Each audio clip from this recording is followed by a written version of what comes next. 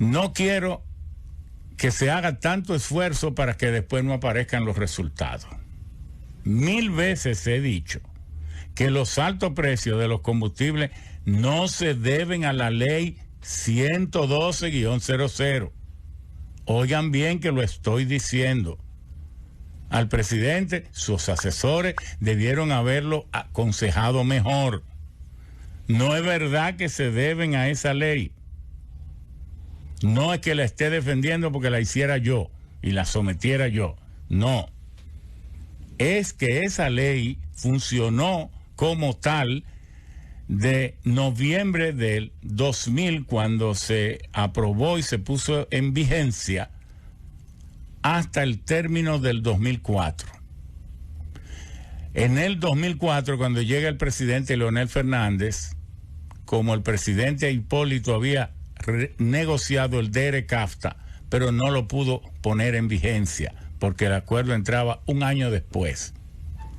Cuando llega el presidente Leonel y los empresarios le dicen ponga ese acuerdo en vigencia, él pone como condición, pero me tienen que compensar los 34,000 millones que yo voy a perder por la reducción de las tarifas aduanales. ¿Qué fue lo que se hizo? Que la ley se aprobó, la 495 en el 2006. Cambiar los precios, cambiar la base para fijar los precios de los combustibles. Y ahí se introdujo el ad valorem. De manera que el ad valorem nada tiene que ver con la ley 112. Pero ahí mismo, la ley 112 decía que el GLP no tenía impuesto. Pero ahí le pusieron impuesto al GLP. La ley 112, si es respecto al gas licuado de petróleo, nada tiene que ver con los impuestos. Es decir, los precios del GLP no van a cambiar nada porque se cambia la ley. Porque es que esa ley no dice nada, sino que es cero. Pero entonces, Leonel introdujo 2 leyes más y luego vino Danilo y en el 2013 puso en vigencia una nueva estructura y esa ley se encarga de decir, y de ahora en adelante el sistema de precios para los combustibles será el siguiente. Entonces, ¿qué tiene eso que ver con la ley 112? Nada. Por otra parte, la ley 112 crea la fórmula, pero es el reglamento de esa ley el que le mete 2 factores en la fórmula. Uno es el OC, otros costos, y el GAL, gasto por administración de la ley. Eso nada tiene que ver con la ley, porque eso fue inventado en mi amigo Ángel Lockhart, que es muy inteligente. Se lo inventó él y se lo agregó él sin que la ley lo diga.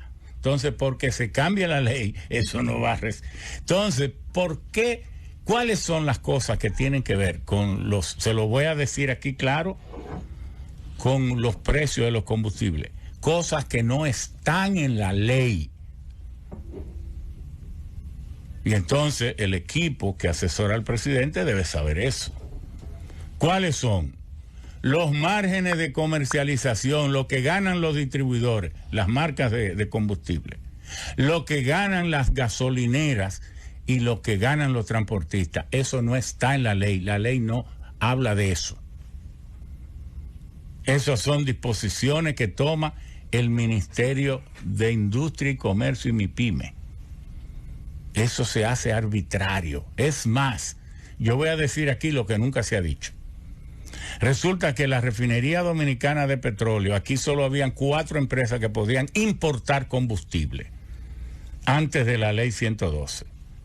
Que eran las marcas de gasolina, que ustedes conocían, 4. Pero yo pensé y dije, ¿y por qué tienen que haber 4? Voy a poner que todo el que esté en condiciones de demostrarle al Ministerio de Industria y Comercio que tiene la capacidad de importación y de almacenamiento y distribución puede importar, y hay que darle una licencia. Y lo metí en la ley y se aprobó. Entonces, por eso es que hoy hay 106 importadores. 106. Que andan comprando combustibles de cualquier tipo por el mundo entero. Y por eso la refinería que antes comercializaba, tenía el 100% del mercado, ahora solo le queda el 36%. Pero como esa refinería no puede producir los combustibles con la calidad que exige el mundo de hoy por consideraciones ambientales del Ministerio de Medio Ambiente nacional y del internacional, resulta que la refinería entonces, aunque tiene el 36% del mercado, no puede producir más del 18%, porque produce el 18%, pero importa otro 18% para mezclar los combustibles y poder alcanzar a que tengan la calidad mínima para que puedan ser aceptables en el mercado. Y entonces Felucho negoció con el Ministerio de Industria y Comercio que no le siguieran reduciendo la cuota de mercado a la refinería, y entonces indujo para que el ministerio aumentara los márgenes de comercialización para que no dejaran a la refinería sin mercado.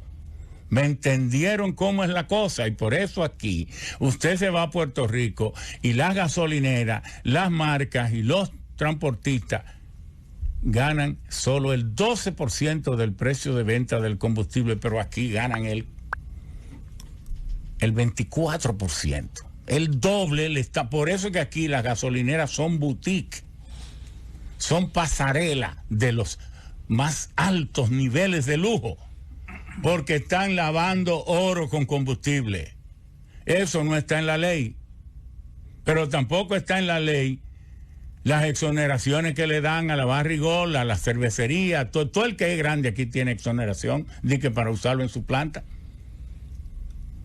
Mientras los motoconchistas, que son como 700, que consumen como 3/4 de galón al día, que consumen como 500,000 galones por día de combustible de gasolina y que pagan 92 pesos por cada galón, tostándose el espinazo al sol, esos infelices pagan 13,700 millones de pesos por el combustible que usan, pero entonces se le exonera a las grandes compañías.